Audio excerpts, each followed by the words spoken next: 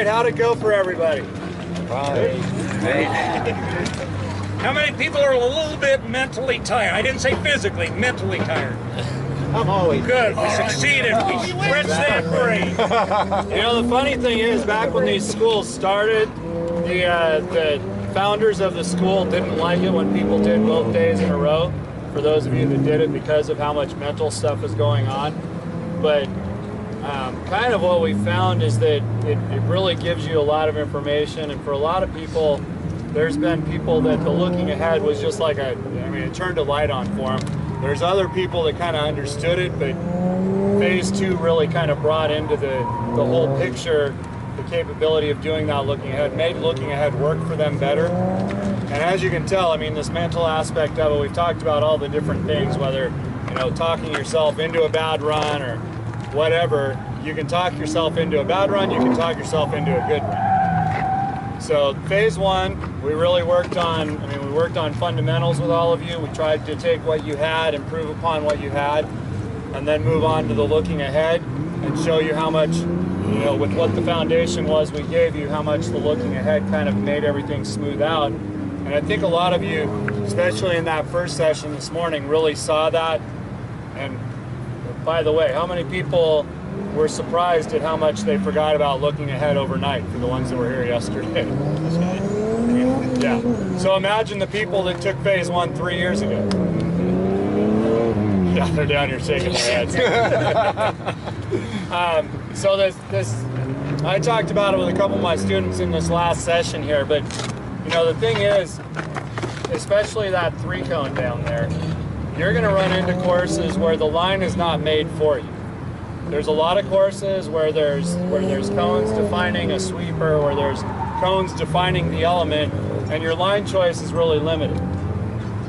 But there's also courses, maybe not as dramatic as this, where your line choice is not made for you, and you have to figure out what that line is. And this really, really showed that.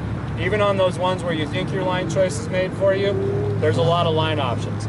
This last finish, the alley, the chute, whatever you want to call it here at the end, how many different line choices were there? Tons. If you didn't use all that room to the left, you lost speed not only at the entrance but also at the exit, right? So the line choices are really important, but it all comes back to the course walk. And that 3-cone down there, we made it really tough on you because we didn't ever let you walk, especially that direction. We never let you physically walk it.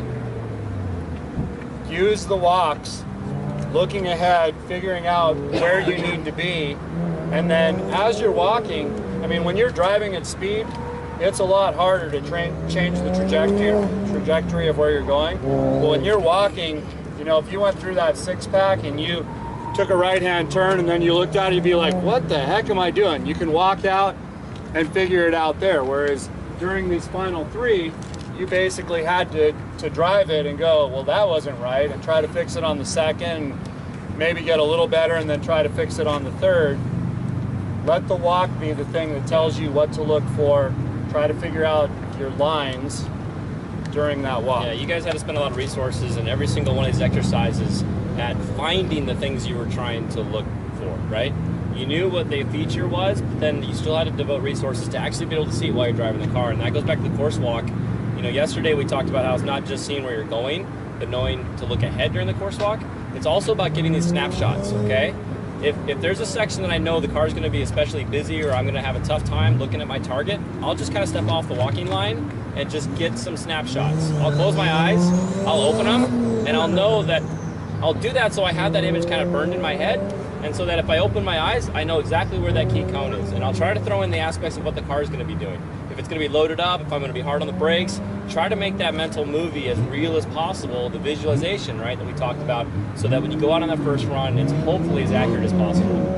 But we want to minimize our time actually trying to find that. It's about looking ahead efficiently and effectively, making sure you have targets to look ahead to. Also, I was pretty particular, a lot of my students, to make sure that they had specific things in mind. It's not just I'm looking ahead to the slalom. Well, what are you looking at? Are you looking at 2 cones? What are you looking at? Because you don't want to just look up there. If you look up there and don't have a target, you're wasting that. You're not getting anything useful from it. So it's good to be efficient and effective when you're looking ahead. And again, we force you guys to try to do that all the while driving a course you hadn't got a chance to walk yet in each session. So it's only going to get easier, basically. Yeah, I mean, you really think about it. You drove 4 different courses with 1 course walk today. And I don't think, the people I saw, I don't know that anybody missed any of the course in that last session. So you all were able to figure out the course. And it's possible to run a course you don't walk. Obviously, you can't run it at full speed on the first run. And you've just got to, it forces you to pick up those things as you're driving. You realize how many cones are unimportant out there. Today, there weren't really a whole lot of excessive cones. Yesterday, with the boxes and stuff, there were some added cones on there. But I mean, we could have, all these offsets here, we could have made those into these snaky things with lots of cones. Same cones would have mattered.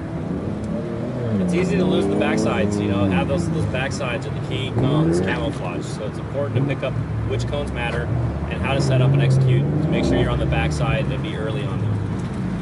I think the other thing is again, everybody needs to remember this is a lot of runs and a lot of work that we went through.